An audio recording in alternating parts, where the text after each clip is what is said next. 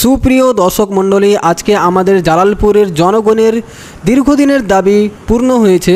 আপনারা অনেকেই জানেন আমাদের জালালপুরে অনেক দিন থেকে বাস স্ট্যান্ড হয়েছে, কিন্তু সেই বাস স্ট্যান্ডটা চালু করা হয়েছিল না। তার জন্য অধিকাংশ লোকেরই অসুবিধা হতো, মানে রাত্রে যাওয়া আসা, সকালে যাওয়া আসা প্রচুর পরিমাণে অসুবিধা হতো।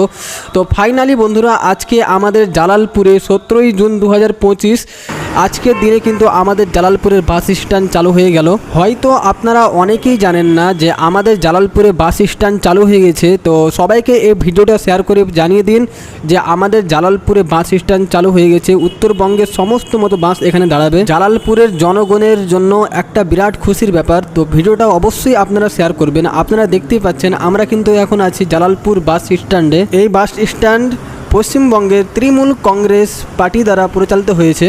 আপনারা পোস্টারে দেখতেই পাচ্ছেন সমস্ত মতো ডিটেলস দেওয়া আছে যে জালালপুরে কিন্তু সব মতো বাস দাঁড়াবে। আমাদের জালালপুরে কিন্তু দুই দিকেই বাস স্ট্যান্ড আছে, দুটো বাস স্ট্যান্ড আছে। আপনারা দেখতে পাবেন বাম দিকে একটা, ডান দিকে একটা। মানে যারা মালদা বা শিলিগুড়ি আরও আগে যেতে চান তারা কিন্তু মসজিদের পাশে ডান দিকে যে বাস স্ট্যান্ডটা আছে সেখানে গিয়ে কিন্তু আপনারা অপেক্ষা করলেই অবশ্যই বাস পেয়ে যাবেন। আর যারা কালিয়াচক 16 মাইল ফারাক্কা যেতে চান, যে বাম দিকে যে বাস স্ট্যান্ডটা আছে কাঠের মিলের পাশে দেখতে পাবেন, সেখানে অপেক্ষা করলে আপনারা অবশ্যই বাস পেয়ে যাবেন। তো প্রিয় দর্শক, আজকে আমরা এখানে ভিডিও শেষ করলাম। এই সুখবরটি আপনারা সবার কাছে পৌঁছে দিবেন। আসসালামু আলাইকুম।